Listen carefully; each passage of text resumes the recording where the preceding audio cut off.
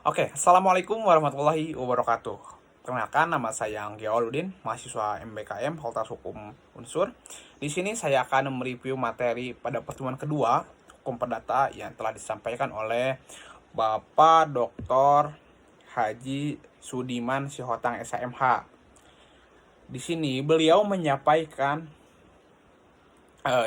membahas tentang kedudukan BW.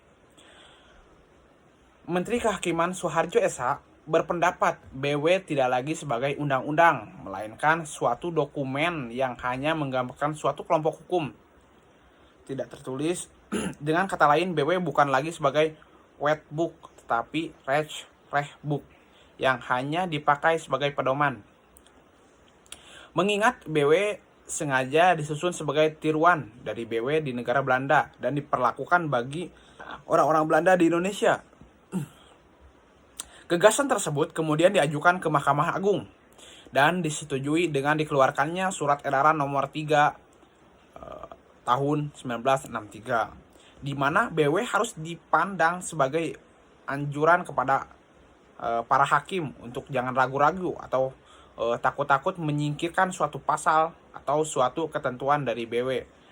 Manakala pasal atau ketentuan BW itu sudah tidak sesuai lagi dengan kemajuan zaman atau keadaan saat ini. Jadi yang menyingkirkan suatu pasal atau tertentu dari BW adalah putusan-putusan hakim yang merupakan jurisprudensi. Nah, terus bidang hukum perdata dan sistematiknya.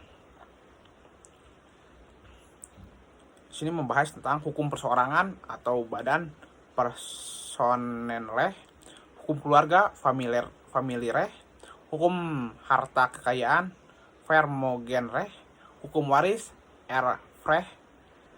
Hukum persoalan atau badan pribadi memuat peraturan hukum yang mengatur tentang seseorang manusia sebagai penduduk hak dan kewajiban subjek hukum, tentang umur, kecakapan untuk melakukan hukum, domisili, dan sebagainya. Hukum keluarga memuat peraturan-peraturan yang mengatur hubungan hukum yang timbul karena hubungan keluarga seperti perkawinan, perceraian, hubungan orang tua dan anak, perwalian, kuretele, dan sebagainya. Hukum harta kekayaan memuat peraturan hukum yang mengatur hubungan hukum seorang dalam lapangan harta kekayaan seperti perjanjian, milik gadai, dan sebagainya. Hukum waris memuat peraturan hukum yang mengatur tentang benda atau harta kekayaan seseorang yang telah meninggal dunia. Dengan kata lain, hukum yang mengatur peralihan harta benda dari yang meninggal dunia kepada ahli waris. Sistematik hukum perdata. Buku pertama tentang orang, buku kedua tentang benda, buku ketiga tentang perikatan, buku kelima tentang pembuktian dan kadaluarsa. Mungkin itu saja yang dapat saya sampaikan. Terima kasih. Wassalamualaikum warahmatullahi wabarakatuh.